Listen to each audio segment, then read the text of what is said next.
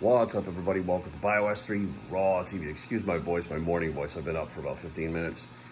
This morning is February 5th, and it's Saturday morning at 5:30 in the morning. It's still dark out. And usually I'm not up. Of course, this time I go to bed at 4 o'clock. But I'm up today, this Saturday. Something really cool going on.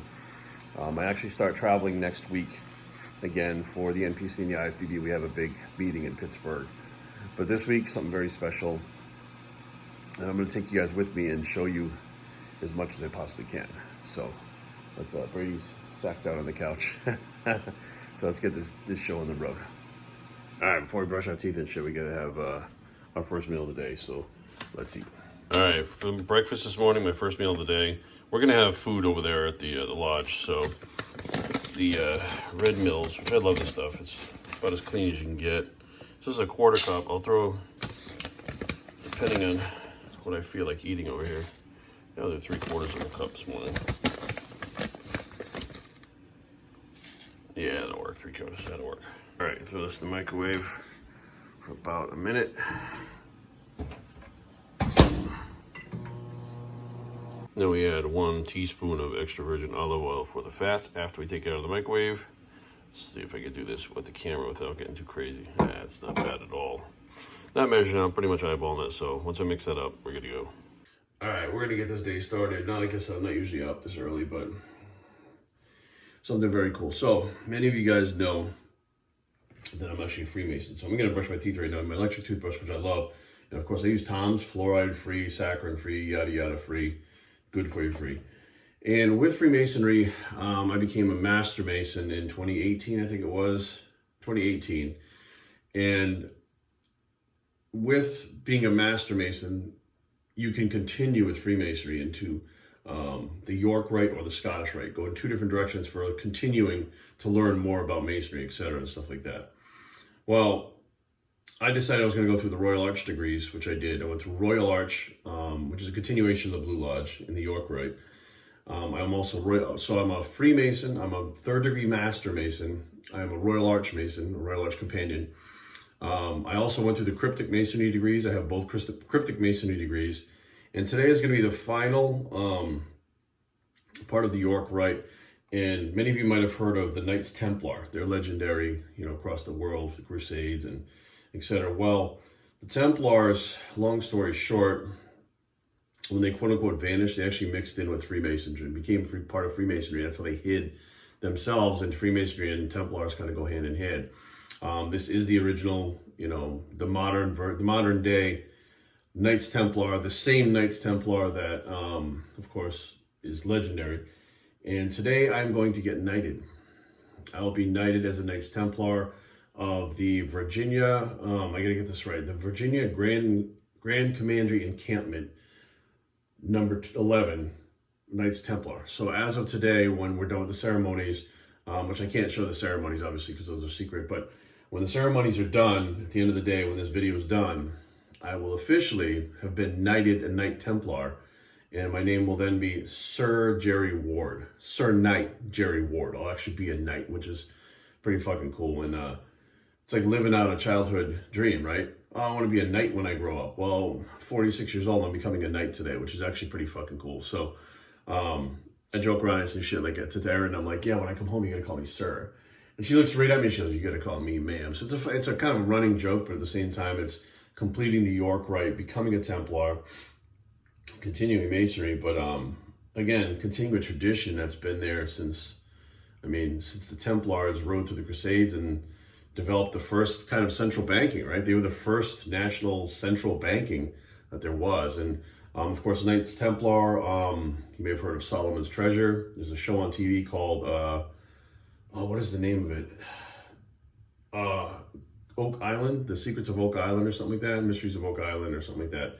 And that's actually them looking for King Solomon's treasure, which was protected and moved by the Knights Templar. The Holy Grail, the Ark of the Covenant, all of these things were in possession by the Knights Templar and then hidden and disappeared over time to where nobody really knows, well, the Templars know, but nobody really knows where these things are. And the Knights Templar are legendary for being in possession of the Holy Grail, the Ark of the Covenant, which housed the Ten Commandments, etc. The things that were found in Solomon's temple later on. And they were tasked with taking care of these great artifacts, these historical artifacts. So just a little bit of history on the Templars. Also, like Friday the 13th, interesting enough, there's a lot of things that have gone from Masonry and even from the Templars into our mainstream that we say all the time we don't even know. Like Friday the 13th, which is an ominous day. Yeah, there's a movie made after it, but the whole Friday the 13th superstition in general comes from Templars. So a Templar named Jacques de Molay was burned at the stake on Friday the 13th. This is where it actually comes from. Terms like blackballed is a Masonic term. Given the third degree is a Masonic term. There are things used in everyday life in the general public that are linked back to Masonry. I mean, our country was founded on Masons, and as a byproduct, because Templars had kind of fused together with Masonry, some of them were Templars too. It's just kind of how the whole thing went. And it's just cool to be finishing this degree, after this this part of the York Rite, taking the 3 orders. I'll go through 3 separate orders before I'm knighted on the 3rd one. And been waiting for this for a couple of years because of COVID, right? COVID came, knocked everything down, stopped everything, put it on hold.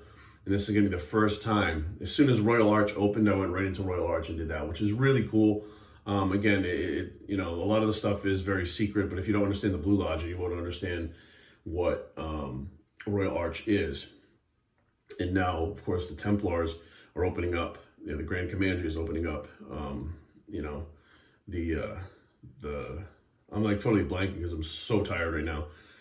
They're opening up so we can be knighted, and so it kind of works like this. Like there's like, let's say, and these are just numbers. I don't know the numbers offhand, but let's say there's like 80,000 Freemasons in Virginia. I think there's probably more, but let's say there's 80,000 Freemasons in Virginia.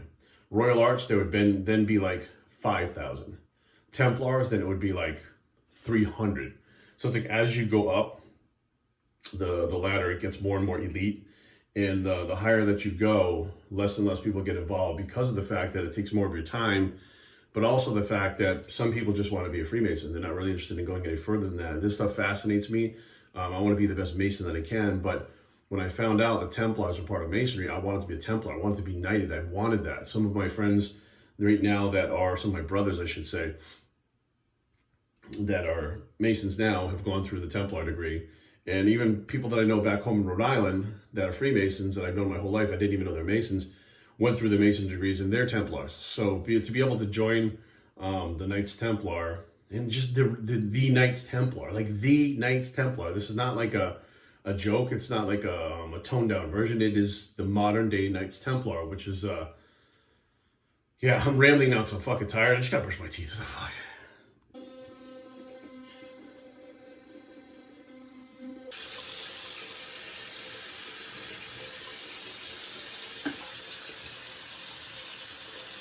I've been doing this cold water thing with my face in the mornings for a few months now.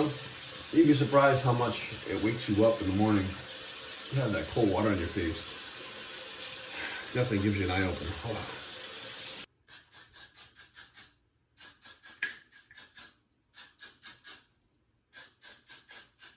on. All right, this stuff I'm putting in my hair right now called Got to Be. Listen, it's a spray glue, right? Dude, this stuff and the shit right here behind it, look. I've been using this stuff for like the longest time. This stuff you put in your hair will make your head fucking bulletproof. So when your hair is shorter, you're trying to slick it back or keep it like stuck up all day. This shit, it's like Elmer's glue. Once you put that shit in your hair, can't get the thing open. Once you put that shit in your hair ain't coming down for the whole day. Once yours is a little bit longer and stuff, when I pull it back just to keep some of the strands and stuff back, I gotta spray this on top like this. And that gives it like enough hold for the whole day. Even if it rains and shit, it'll keep that stuff in there. But this stuff, it doesn't come out unless you wash it out. Like even in the rain and stuff, it doesn't come out. So just put a little bit of that stuff in there. It keeps all my hair back so it looks a little more presentable. Like when I do the full man bun like this and pull everything in one bun, I don't let it hang out. It's more of a cleaner look, like a more of a, I don't want to say a dressier look, but a cleaned up look. You know, today's an event where I'm going to put on a suit and tie. So I'm going to obviously have my hair looking a little better and not kind of ratty all over the place where I just pull it back and let it hang out of the back. That's cool for everyday shit and, you know, most things, but trying to get a better overall cleaner look. You can slick it back, you know, you get everything inside the ponytail and then wrap the ponytail up and make the little man body and have a cleaner look. So let's get ready to put that suit on. One of the things that I really do like about clothing now compared to when I was a lot younger is the dress shirts, even like jeans, guys' jeans, and even the dress shirts have like a stretch to them now. Which before, you know, you get a shirt that fits right and the collar wouldn't stretch like here. And because it wouldn't stretch, it like choke you, right? Now everything fits so well because it does have like the stretch to it. It's, where did I get these at? I forget what store, I think it was, I don't know, anyways. Regardless, it's an athletic cut. So it's cut a little bigger in the arms, got a little bit of a tapered waist, and it stretches. So like when you move around, it stretches with you. Like you don't feel like you're gonna, like when I do this, doesn't feel like it's gonna tear like the other shirts back in the day. So I'm like, man, they've come so far. I'm glad that everything stretches now. But when I was really big, where was this shit? Like nothing stretched, everything looked like shit. Now everything looks good, stretches, feels good, comfort. Okay. My Blue Lodge tie.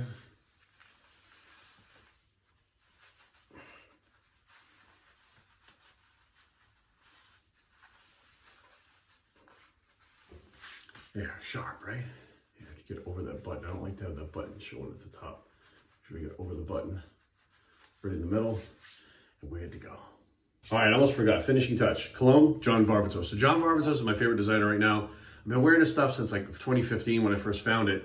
Very old school rock and roll. It fits my personality. The shirt that I have to say freedom across the front. It looks like it's stenciled.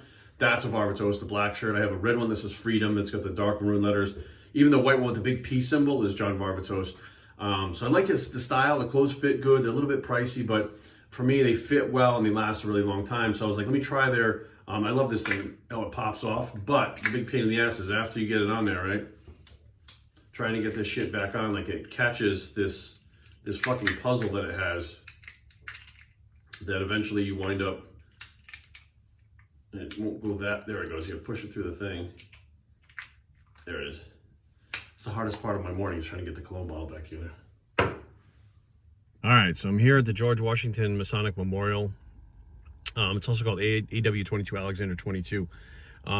This, I'm going to cut it off here because when we go inside, this is pretty much it. But I'll keep you guys updated in between the different orders that we're taking. If you've never been to this area, if you're from this area, if you've never been here, if you're into history and stuff like that, come check this place out. Like, they have George Washington memorabilia. It's his personal artifacts and stuff. There's so many cool things. There's the sword from General Santa Anna, the Alamo, when he was going to be executed. He was a Freemason. He threw up some Freemason signs. They stopped him from being executed and saved him because he was a Mason. But he had to give up his spurs and his sword, which are both here. I believe, I don't know if George Washington's Bible is here, but I don't know if it's here, if that actually, no, his gavel travels when he was the master of the lodge. He was worshipful master. The gavel, his gavel travels to different Masonic lodges, but they have his Bible here. So there's a lot of cool stuff. I've actually seen some of his artifacts. It's pretty cool. So if you're into history, come check this place out. But I'm going to go in there and take the first orders, and I'm excited. I'm anxious, you know, because I know I've been waiting for this for a couple of years, and the day is here finally. I'm just excited. So, all right, wish me luck, guys. Here we go. Very cool statue, of course, of George Washington wearing his past master's jewel. This is crazy. Look, it's huge. All right, we're at the break right now. We're having lunch, and so far I have taken the Red Cross and Knights of Malta have been pinned, getting ready to be knighted. Stand by. All right, guys, the day is over. It's been a long day. 8 o'clock this morning I was here. It's about 7 o'clock p.m. now. I've gone through everything. You can see the Templar pin, and officially now, as of right now, as of about half an hour ago roughly, officially a knight. Sir Knight Sir Jerry Ward, which is pretty wild. Actually was knighted, which is awesome. And I think there's going to be a picture of it. The ceremony itself, of course, is secret, but there's pictures that were taken by the professional photographer. We'll get those later on. I'll actually post those later on of us actually getting knighted one at a time. But what a crazy day, man. So cool. Such historical stuff that went on. Of course, we're in AW22. This place is unbelievable. If you guys are ever in Alexandria, Virginia, you should come check it out. But right now, I'm going to head home, get something to eat, and actually going to settle in for the night. You know, it's Saturday night, but I'm going to settle in tonight because so much is going on. It's been so much adrenaline through the whole thing. I'm excited. I'm pumped, and I'm a knight. So I will bid you guys good night, and I'll see you guys soon. BioStreetTraining@gmail.com. Leave comments down below, but don't fight. BioStreet.com is a blog. I'm BioStreet, and I approve this message. Guys, and we are out. All right, guys, today is Sunday, February 6th, the day after I was knighted. And I want to take a second, to compose my thoughts, and I wanted to gather my thoughts so I could explain things and put together kind of a finish to this video. What an amazing day yesterday. Started at 8:30 in the morning, it's done at 7. For those of you that don't really know much about the Templars, I can kind of go into a little bit of it so that I'll do like a streamlined Cliff's Notes. So Knights Templar during the Crusades, the most fierce fighters during the Crusades. They were actually the first original central banking too. They were pretty much bankers that controlled all the gold and stuff for the king. And they were the ones that went out there like thugs, and they were collected. They were like a collection agency. They were the ones that had all the money. They were pretty much the king's right-hand men until it got to the point where the king no longer needed them, and he ordered them all killed. Like, this is just a streamline. There's a lot more that goes into this in history, guys. This is like a very, very quick version of this. Once he demanded that they all be killed, they completely scattered. Now, the king was actually indebted to the Templars at one point.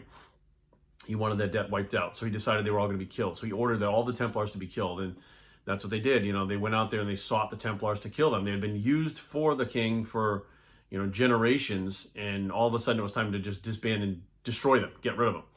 And little by little, they started killing them. Of course, Jacques de Molay was killed, was burned at the stake on Friday the 13th, which is why we actually have in society, Friday the 13th is like a dark omen. It's a bad luck, negative.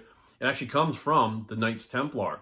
A lot of things in society come from things that we don't really know where they stem from, but that's one of them, like Friday the 13th and why it's so unlucky and it's so negative, etc. And there was a fairly small group of the Templars left. And these Templars weren't just fierce fighters and just masters of the skill. These Templars were smart. They were smart to the point where they were outsmarting their enemies before they even got into battles. So what they did was their final stand was in this cave. They had this cave behind them. And they knew that they couldn't fight off these other knights that were coming to take care of them for the king. So what they did, inside this cave in the pitch black, they built a maze that they could navigate in pitch black with their eyes closed. But these soldiers would just be hitting fucking walls and not be able to navigate this thing and figure it out. Nobody really knows how they did it or what they did, but they were able to backtrack and retreat into this cave and disappear into the night. Nobody ever knew what happened to the rest of the Templars. They went underground and they disappeared. Freemasonry in general, that happened to back in the war where the Nazis were trying to kill all the Freemasons. Freemasons stopped using the square and compass. They used something called the forget-me-not flower.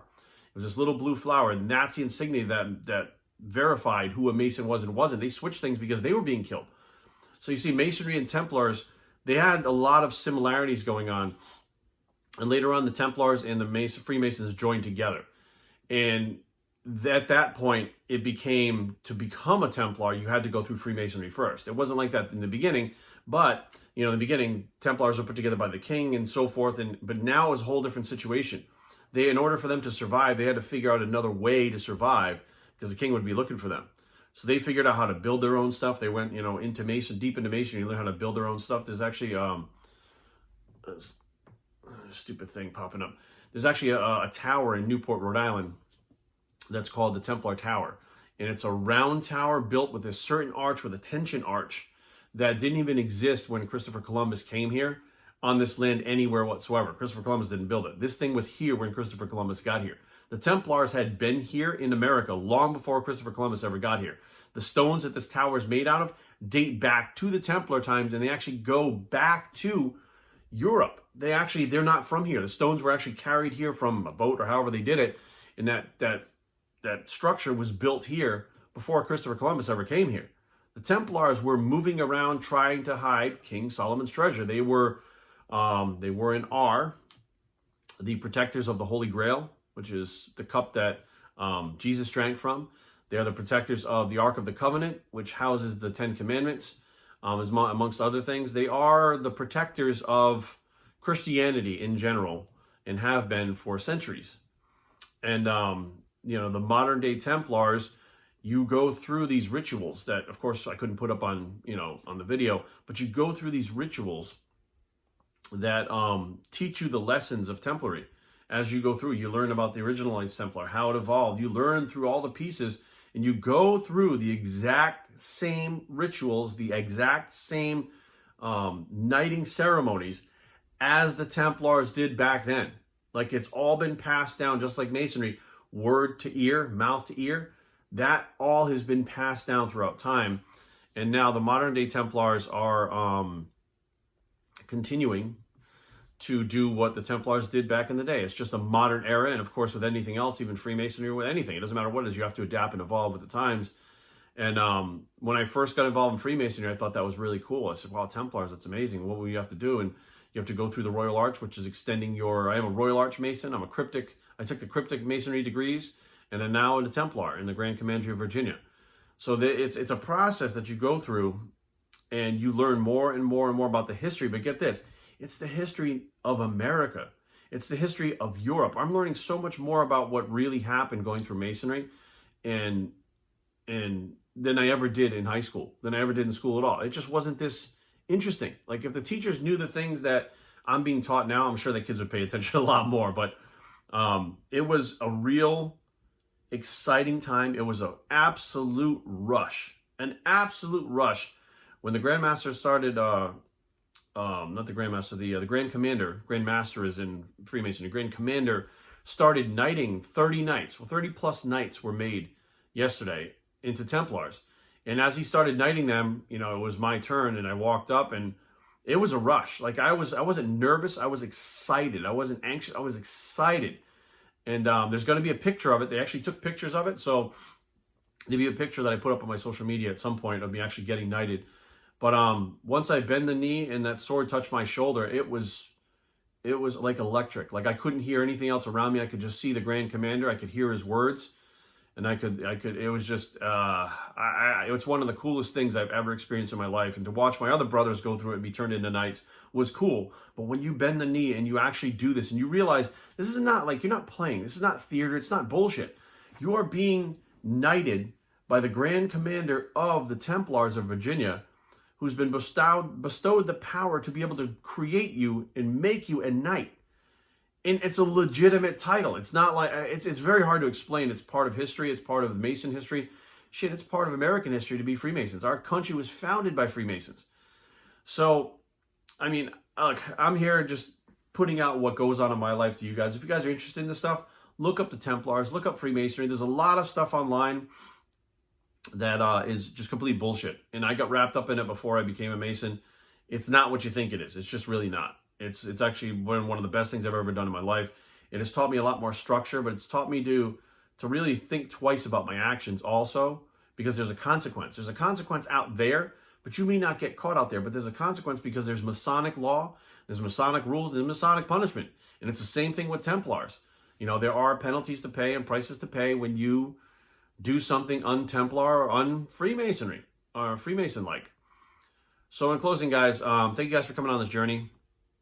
What an amazing day. And the next stop I think might be Scottish Rite. I'm not really sure yet. I completed the York Rite. This completes the York Rite for me. I'll be heading in the Scottish Rite possibly in the spring to become a 32nd degree Master Mason. I'm a 3rd degree Master Mason now. The Scottish Rite goes from 4 to 32. I'll be thinking about doing that in the spring. Again, it's a lot of work. It's a lot of commitment, and it's something that I think, I'll know when the time comes with it. I'm not ready for that. So thank you guys for watching. Again, you're looking for information, book Freemasons for Dummies, one of the best books out there, one of the most accurate books out there. And I guess the bottom line is, don't be scared of things that you don't know. There's a lot of people out there talking about things that they don't know about, that they've never experienced, that they've read somewhere online, or somebody told something, or something like it, just the random shit that they put together. And next thing you know, you got all this negative stuff about something that they have no idea about. So be aware, do your due diligence. And if it's something you're interested in, don't listen to other people. Do what you think is right. I'm BioStreet. I approve this message. Sir Knight, Sir Jerry Ward here, and we are out.